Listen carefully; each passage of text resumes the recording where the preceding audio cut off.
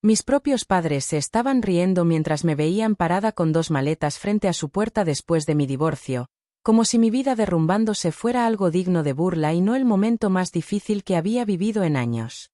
Había llegado hasta esa casa pensando que, aunque todo se hubiera perdido, todavía existía un lugar donde alguien escucharía mi historia sin juzgarme, porque durante 13 años de matrimonio creí estar construyendo una vida estable, un hogar que nunca imaginé que desaparecería de un día para otro.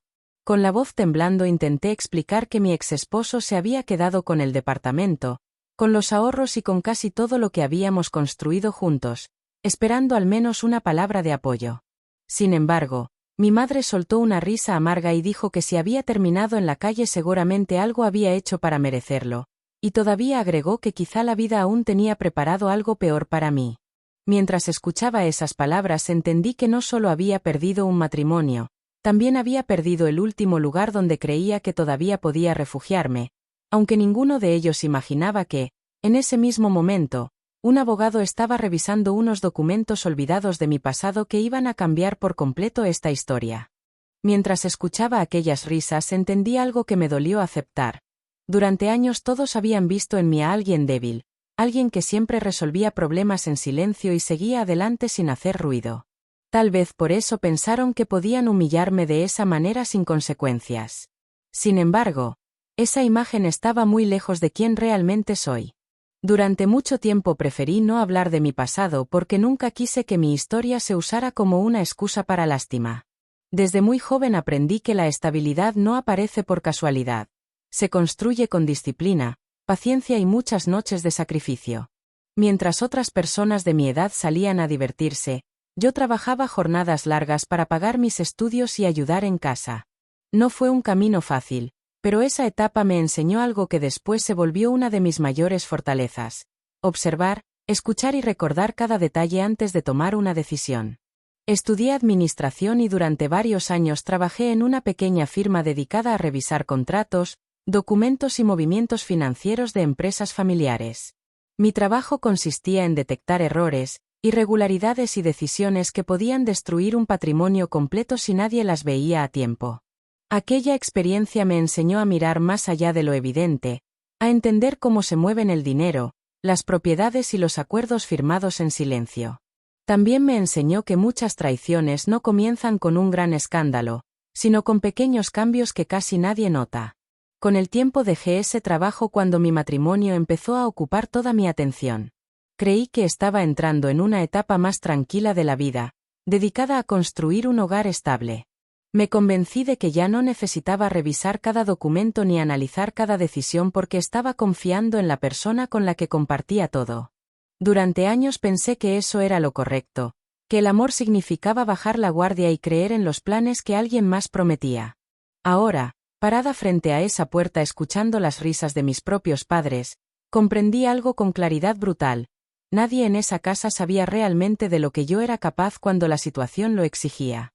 Tampoco sabían que mi memoria es peligrosa para quienes creen que pueden manipular la verdad. Cada conversación, cada firma, cada movimiento extraño de los últimos meses estaba todavía guardado en mi mente, esperando el momento adecuado para encajar como piezas de un rompecabezas. Lo que más me inquietaba no era haber perdido el departamento ni el dinero. Lo que verdaderamente me incomodaba era recordar ciertas decisiones que, en su momento, me parecieron demasiado apresuradas. Cambios en cuentas bancarias, documentos que me pidieron firmar rápidamente y conversaciones que terminaron justo cuando yo entraba en la habitación. En aquel momento decidí ignorar esas señales porque creí que estaba exagerando. Ahora, mirando las 2 maletas a mis pies y escuchando cómo la puerta se cerraba detrás de mí, una sensación incómoda empezó a crecer dentro de mi cabeza. Algo en toda esa historia no estaba encajando como debía. Y lo peor de todo era que, en el fondo, yo ya había visto esa clase de señales antes. Solo que esta vez había cometido el error de confiar demasiado. Mientras caminaba por la calle con mis 2 maletas, intentando ordenar todo lo que había pasado en mi cabeza, comenzaron a regresar recuerdos que durante meses había preferido ignorar. En ese momento entendí que el divorcio no había sido una sorpresa repentina, sino el final de algo que se había estado construyendo lentamente frente a mis ojos. Todo había empezado casi un año antes, cuando la actitud de mi esposo comenzó a cambiar de una forma que al principio parecía pequeña. Llegaba más tarde de lo habitual, hablaba menos sobre el trabajo y evitaba responder preguntas simples sobre decisiones financieras que antes comentábamos juntos sin problema. Al principio pensé que era estrés, algo normal en cualquier matrimonio que pasa por momentos difíciles. Sin embargo, poco a poco comenzaron a aparecer situaciones que ya no parecían simples coincidencias. Una noche, mientras organizaba algunos papeles en el escritorio del estudio, encontré un sobre con documentos del banco que no recordaba haber visto antes. No era algo alarmante a primera vista, pero sí me llamó la atención que se tratara de una cuenta nueva que yo nunca había escuchado mencionar.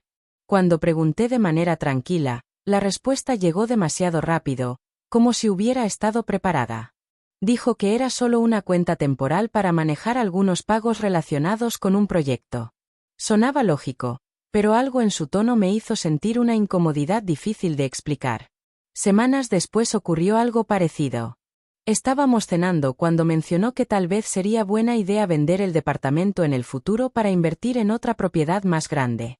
Aquella conversación apareció de la nada y desapareció con la misma rapidez cuando le pedí detalles. En ese momento decidí no insistir porque no quería convertir una cena tranquila en una discusión. Con el paso de los meses esos pequeños momentos comenzaron a repetirse. Llamadas que terminaban cuando yo entraba en la habitación. Conversaciones en voz baja desde el balcón. Cambios en contraseñas de cuentas que antes manejábamos juntos. Ninguna de esas cosas parecía suficiente para iniciar un conflicto serio, pero juntas empezaban a formar un patrón que mi intuición no podía ignorar. Hubo un momento específico que todavía recuerdo con claridad. Una tarde llegué antes de lo habitual a casa y encontré a mi esposo revisando varios documentos sobre la mesa del comedor. Cuando me vio, cerró rápidamente la carpeta y dijo que se trataba de papeles del trabajo. Aquella reacción fue tan rápida que por un instante me quedé observándolo en silencio. No discutimos, pero la sensación de que algo no estaba bien se quedó conmigo durante días. Aún así decidí confiar. Me repetí que ningún matrimonio sobrevive si uno vive investigando cada movimiento del otro. Quise creer que estaba exagerando, que el cansancio me estaba haciendo imaginar problemas donde no existían. Pero la señal más extraña apareció pocas semanas antes del divorcio. Una mañana recibí un correo del banco confirmando un cambio administrativo relacionado con la propiedad del departamento. Pensé que se trataba de un error automático del sistema, pero cuando revisé el documento adjunto noté algo que me dejó completamente confundida. El archivo incluía mi firma. Una firma que yo no recordaba haber puesto en ningún documento relacionado con la propiedad. En ese momento todavía no entendía lo que estaba pasando. Cerré el correo pensando que probablemente había olvidado algún trámite menor. Ahora, recordando ese instante mientras caminaba sola por la calle con mis maletas, una pregunta empezó a repetirse dentro de mi cabeza con una claridad inquietante. ¿En qué momento exactamente había perdido el control de mi propia vida?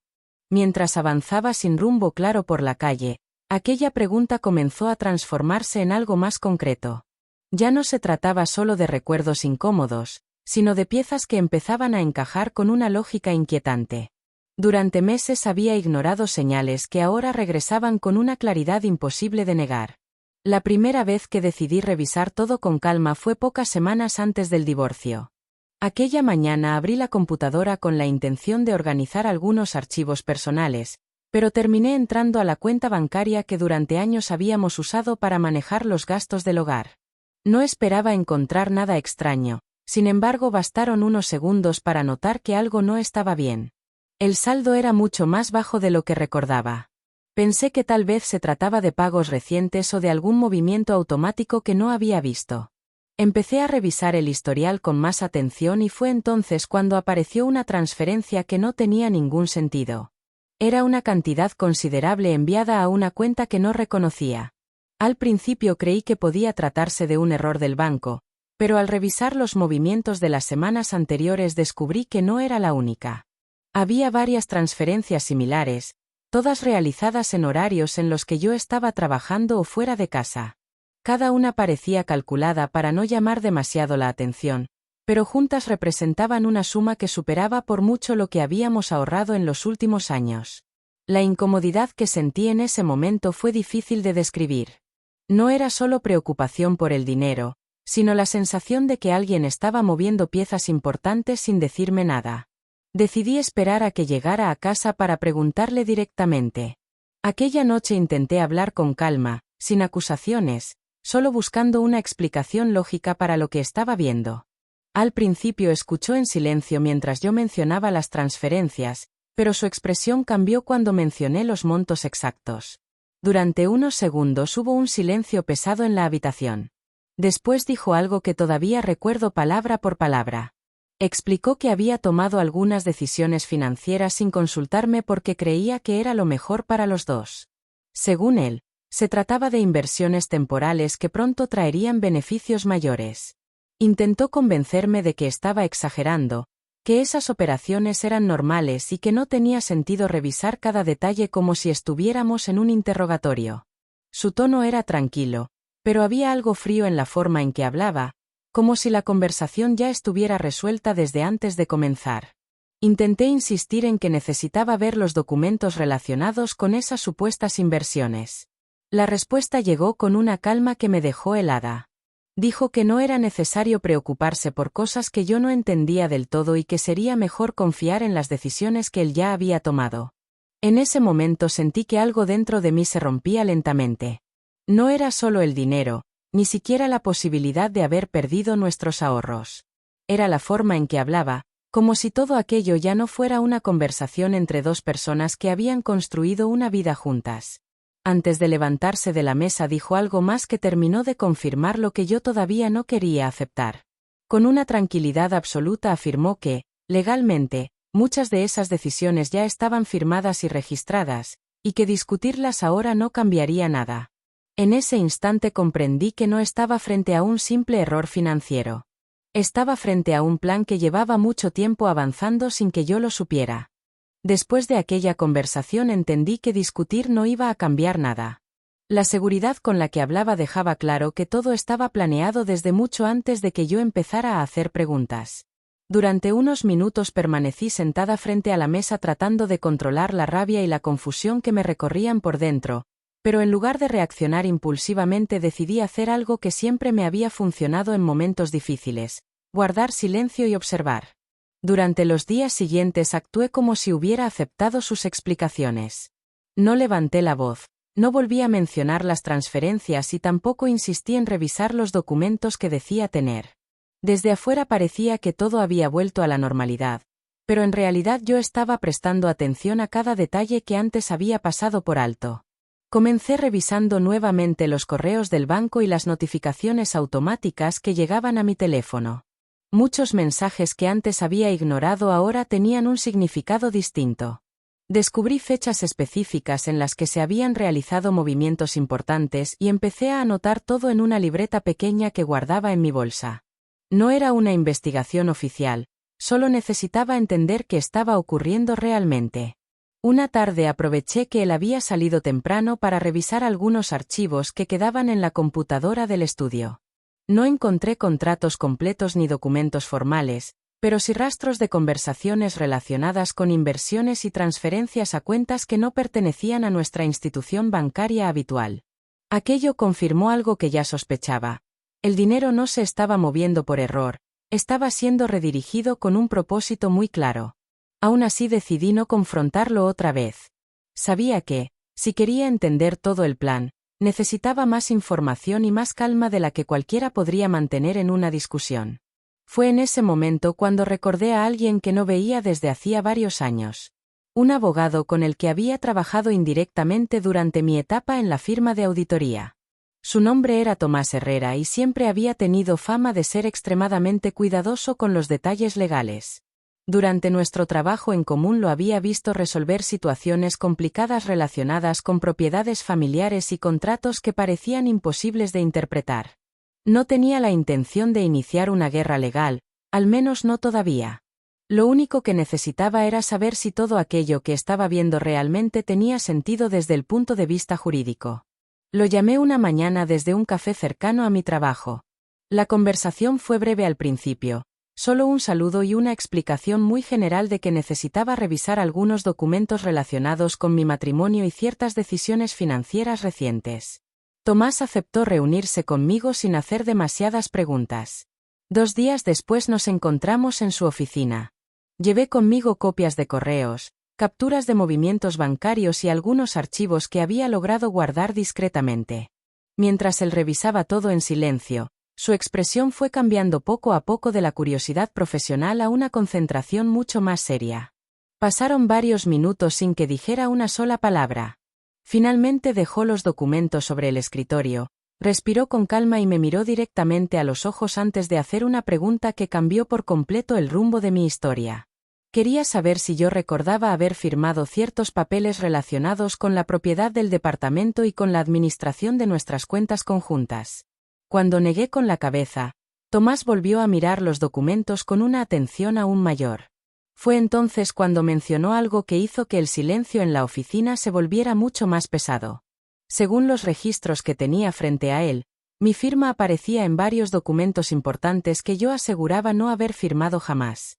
Cuando escuché que mi firma aparecía en documentos que jamás recordaba haber firmado, sentí una mezcla de incredulidad y frío recorriéndome el cuerpo. Durante unos segundos pensé que tal vez se trataba de un error administrativo, algo que podía aclararse con una simple revisión. Sin embargo, la expresión seria de Tomás dejaba claro que la situación era mucho más complicada de lo que yo imaginaba. Con calma volvió a colocar los papeles sobre el escritorio y comenzó a explicarme lo que estaba viendo. Varios documentos relacionados con la administración de nuestras cuentas conjuntas y con la propiedad del departamento habían sido registrados legalmente semanas antes del divorcio. Cada uno incluía mi firma autorizando cambios importantes, transferencias de dinero, modificaciones en la titularidad de ciertas cuentas y, lo más preocupante, permisos para realizar movimientos sobre la propiedad que hasta ese momento yo creía completamente segura. Tomás me pidió que observara con atención la firma en esos papeles. A simple vista parecía la mía. El trazo tenía la misma forma general, la misma inclinación que utilizaba siempre al firmar contratos o formularios. Sin embargo, después de varios años trabajando con documentos legales, él había aprendido a notar detalles que la mayoría de las personas nunca ve. Señaló pequeñas diferencias en la presión del trazo, en la forma de una letra específica y en la velocidad aparente con la que había sido escrita. Esas variaciones podían parecer insignificantes para cualquiera, pero para alguien acostumbrado a revisar firmas todos los días eran suficientes para levantar una alerta. Me explicó que existía la posibilidad de que alguien hubiera intentado imitar mi firma para autorizar movimientos que en realidad nunca habían pasado por mis manos. Si eso se confirmaba, no se trataría simplemente de una decisión financiera discutible dentro de un matrimonio. Se convertiría en un asunto mucho más serio desde el punto de vista legal. Escuchar esas palabras me dejó completamente en silencio. Hasta ese momento había pensado que mi divorcio solo había sido una separación amarga acompañada de decisiones egoístas. Ahora comenzaba a entender que tal vez había sido algo mucho más calculado. Tomás continuó revisando los documentos uno por uno, comparándolos con otras firmas mías que aparecían en contratos antiguos que yo había llevado como referencia. Cada comparación parecía confirmar la misma sospecha. Las firmas de los documentos recientes imitaban mi estilo, pero no coincidían completamente con la forma natural en que yo firmaba. Finalmente levantó la mirada y habló con una seriedad que hizo que todo se sintiera aún más real. Explicó que, si esas firmas eran falsas, el proceso de divorcio y muchas de las decisiones financieras que se habían tomado podían ser cuestionadas legalmente. Sin embargo, también aclaró que demostrar algo así requería una investigación formal, análisis pericial y una revisión completa de los movimientos realizados durante los últimos meses. Aquella explicación abrió una puerta que yo ni siquiera había considerado. Por primera vez desde que había salido del departamento con mis maletas, la historia dejaba de parecer una derrota definitiva. Sin embargo, también significaba entrar en un proceso que podía volverse largo, incómodo y público. Antes de terminar la reunión, Tomás dijo algo que me hizo comprender que aquello apenas estaba comenzando. Según ciertos registros preliminares, algunos de los movimientos financieros realizados antes del divorcio no solo involucraban nuestras cuentas personales. También parecían conectarse con transferencias hacia otras personas que todavía no aparecían claramente identificadas en los documentos. Y descubrir quién estaba realmente detrás de esos movimientos podía cambiar por completo lo que todos creían saber sobre mi matrimonio. Cuando Tomás mencionó que algunas transferencias podían estar relacionadas con otras personas que aún no aparecían claramente en los registros, sentí que el aire en la oficina se volvía más pesado. Hasta ese momento había pensado que todo se trataba de dinero y de una separación injusta, pero esa posibilidad abría un escenario mucho más complejo. Tomás giró la pantalla de su computadora hacia mí y comenzó a mostrar una serie de movimientos financieros que había encontrado al revisar los archivos con más detalle. Varias transferencias habían salido de nuestras cuentas hacia una empresa que no reconocía. El nombre aparecía en los registros como una pequeña firma de inversión creada apenas unos meses antes del divorcio. Lo extraño no era solo la existencia de esa empresa. Lo que realmente llamó la atención de Tomás fue la persona que figuraba como representante legal. El apellido me resultaba familiar. Durante unos segundos pensé que tal vez era una coincidencia, algo común en una ciudad grande donde muchas personas comparten nombres similares.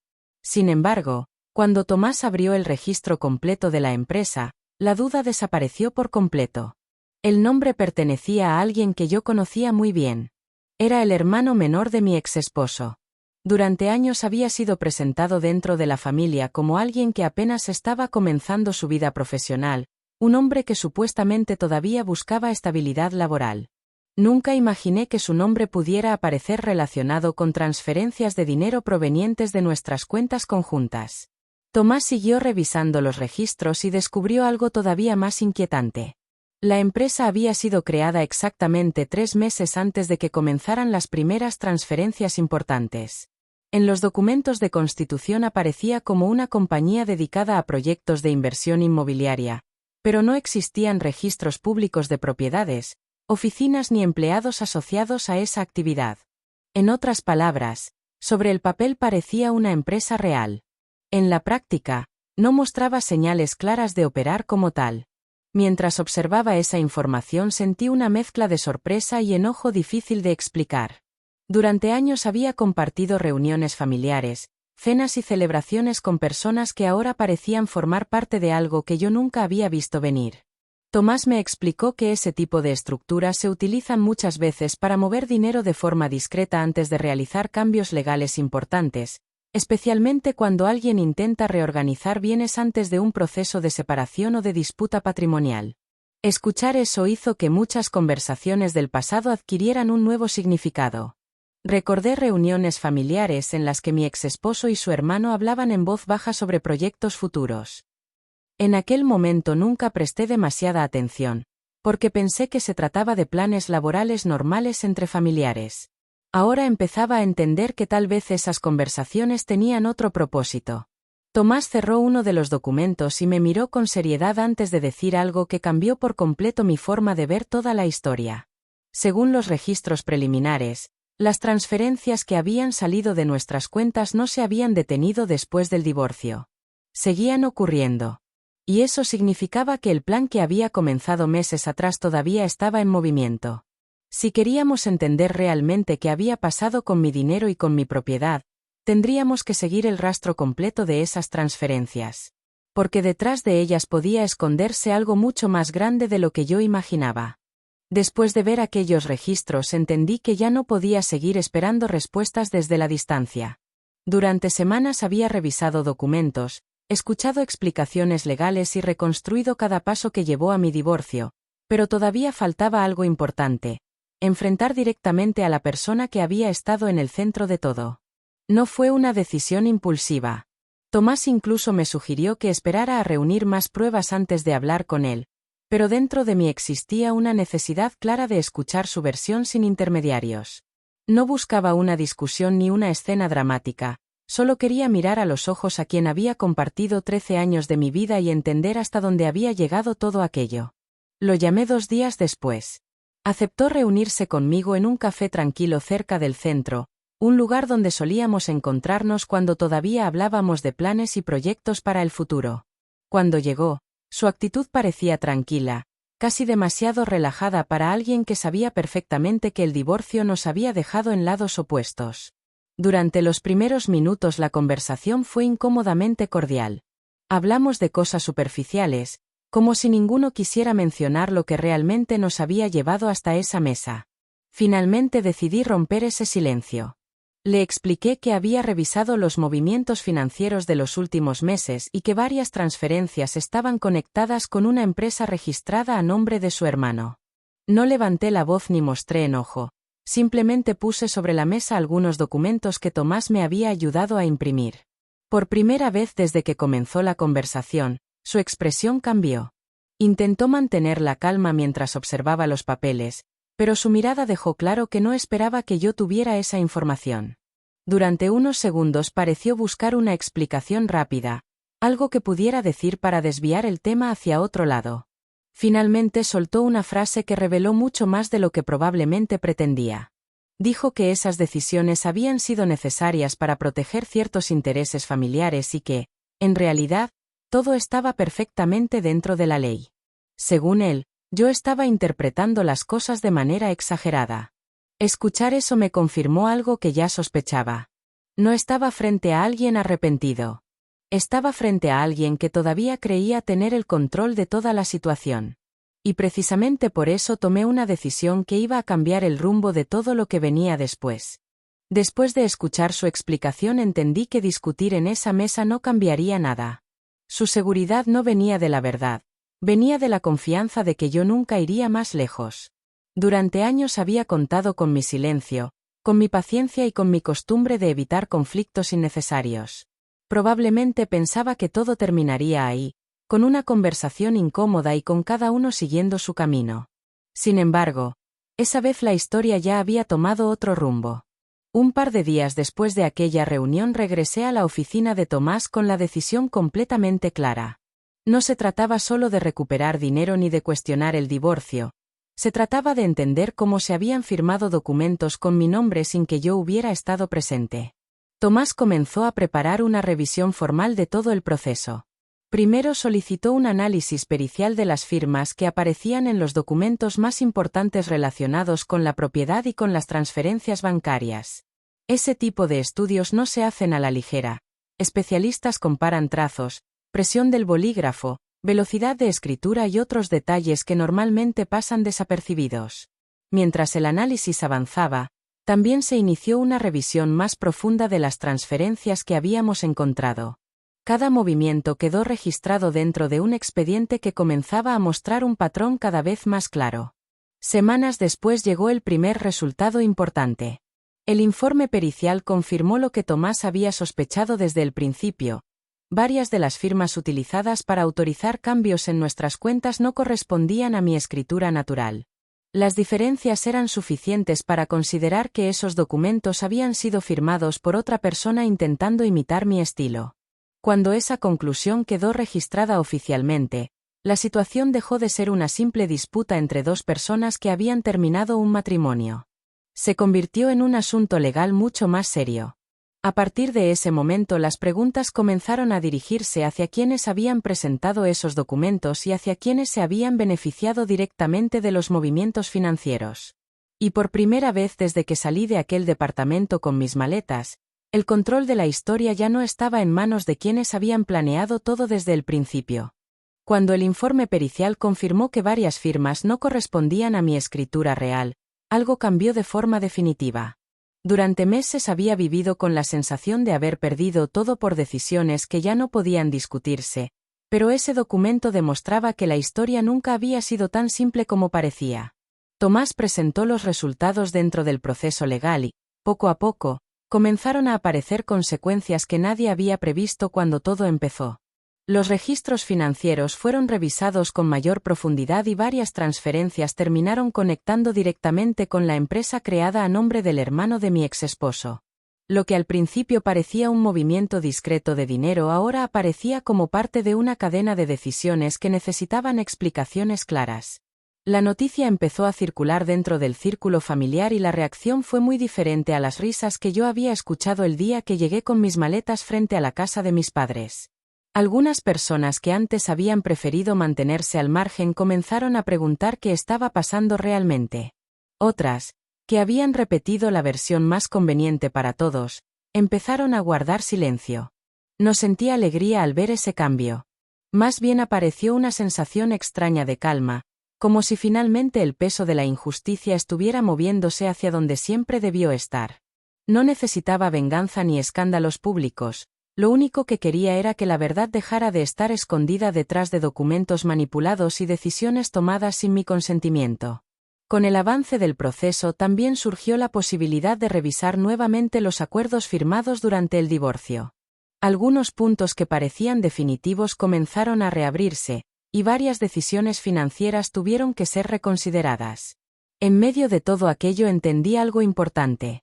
El verdadero cierre de esta historia no iba a depender de recuperar cada peso perdido ni de ver caer a quienes habían intentado aprovecharse de mi confianza.